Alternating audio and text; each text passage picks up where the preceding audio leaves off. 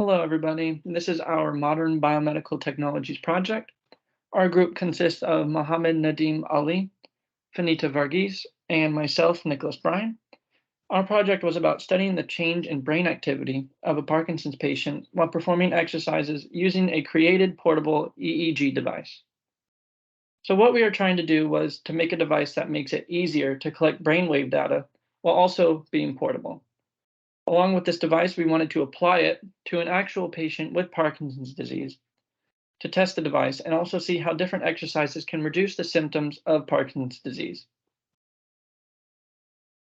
So, a little background about Parkinson's disease: it is a neurodegenerative disease that degrades nerve cells in the brain, leading to many symptoms like uncontrollable movements, such as shaking and trembling, as well as difficulty with balance and coordination.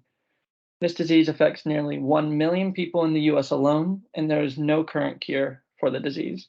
However, there are many types of therapies and medications to try and reduce symptoms and reduce the progression of the disease.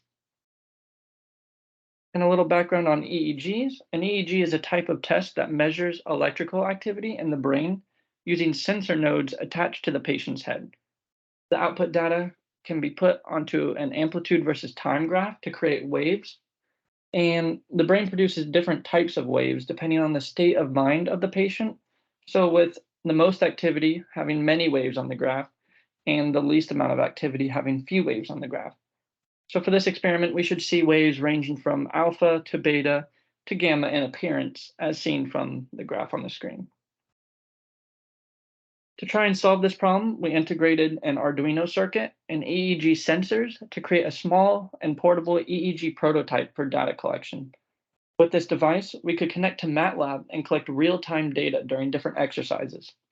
These phases were an initial relaxing phase to compare the data to, a full-body exercise phase, including jump roping and running in place, a relaxing phase after these full-body exercises, a brain phase, including recollection, deep thought, and reading, and finally, a relaxing phase after these brain exercises.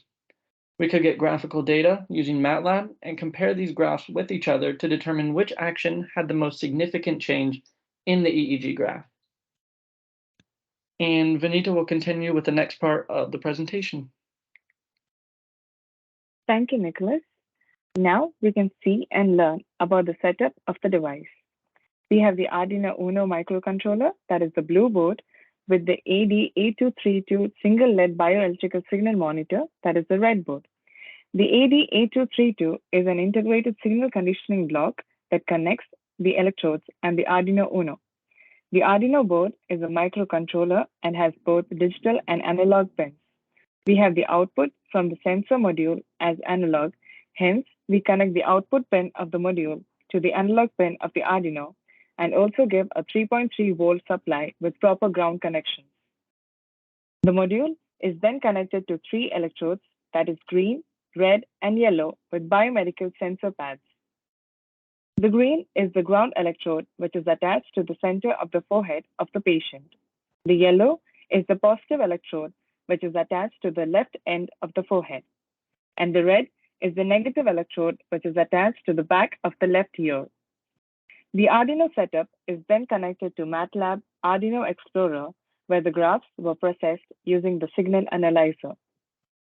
Now we can look at the results.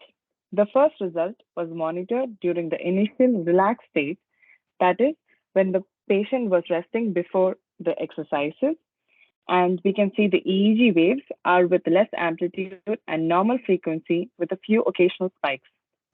The next observed graph was when the patient was jumping rope, and we can see that there is drastic increase in amplitude and hence shows multiplied electrical activity.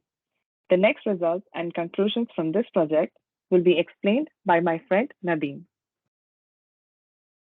Thank you, Vinita. Like my friend Vinita explained in the previous graph, the spikes while jumping or full body exercise was above 3. And in the relaxing period after the exercises, as you can see, it has come down to 2. It says that it shows how the brain was relaxing after the exercises. And in the next result, we can see we recorded this while the patient was recollecting data. Yeah, it was actually a brain exercises. The patient was trying to recollect data, and he was into deep thoughts about his past, and he was reading some news and everything. And you can see how the change in data from resting to brain exercise period. In this exercise, we asked patients few questions about his past, few questions about his hobbies, what he used to do, how he used to be in this past. And in the next result, we collected data when the patient was relaxing after everything, after the brain exercises. As you can see, the change in data again. This showed us the difference between all the graphical data we collected. And from this, I conclude that the jumping period or the full body exercises, that time the brain was most active. And this simply means higher the brain activity, the higher the brain, the strengthening connections in the brain. It like the more the brain activity, the more strength it gives to the brain. And full body exercises was able to help patient control his movements by strengthening muscles and improving balance and coordination. Reducing symptoms helps more in maintaining a normal life and improves quality of life. And in the next, we were the this experiment what we did was very much a rewarding experience, because we were able to build a portable EEG device by using few circuits and using and connecting it to MATLAB and recording the real time data. And we were able to interact with the patient.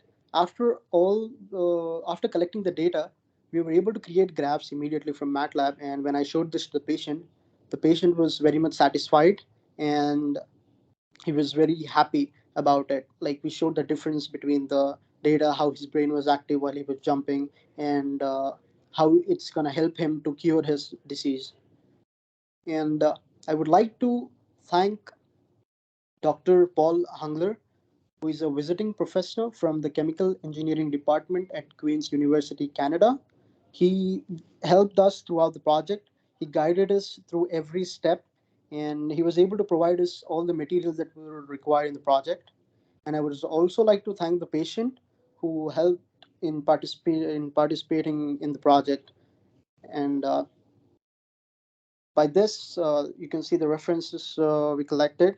I would like to thank each and every of my team member, and we were able to achieve good results. Thank you so much.